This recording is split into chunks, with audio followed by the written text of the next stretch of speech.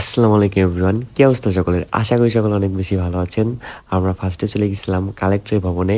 আর রাতের কালেক্টরি ভবনটা অনেক বেশি জোস লাগে। দেন ওই জায়গা থেকে আমরা ডিরেক্ট চলে আসছিলাম বাইপাসে অ্যান্ড বাইপাস দিয়ে যাচ্ছিলাম আমরা সিএমবি রোড দিয়ে। সিএমবি রোডে যাওয়ার কারণ হচ্ছে পুলিশে প্রচুর পরিমাণে গাড়ি ধরছে। আর আমাদের যে গাড়িটা নিয়ে যাচ্ছিলাম ওটার আরকি কাগজপাতি ছিল না।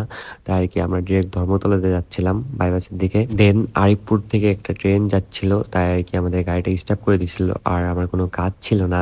তাই আরকি আমি একটা ভিডিও স্ক্রিপ্ট নিচ্ছিলাম। দেন ওই জায়গা থেকে আমরা আরকি ডিরেক্ট চলে গেছিলাম এয়ারপোর্টে।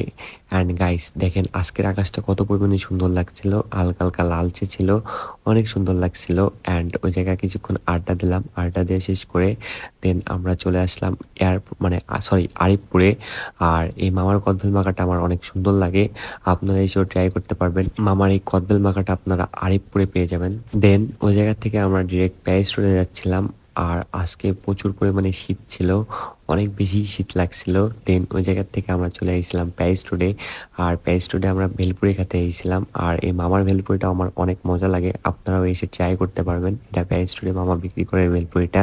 অ্যান্ড প্যারিস রোডে কিছুক্ষণ আড্ডা দিলাম, আড্ডা দিয়ে শেষ করে আমরা আর কি ডিরেক্ট চলে গেছিলাম দাইতলায় মামার দুধ চা খাইতে। আর মামার দুধ চাটা আমার অনেক বেশি ফেভারিট, আপনারা এসে ট্রাই করতে পারেন।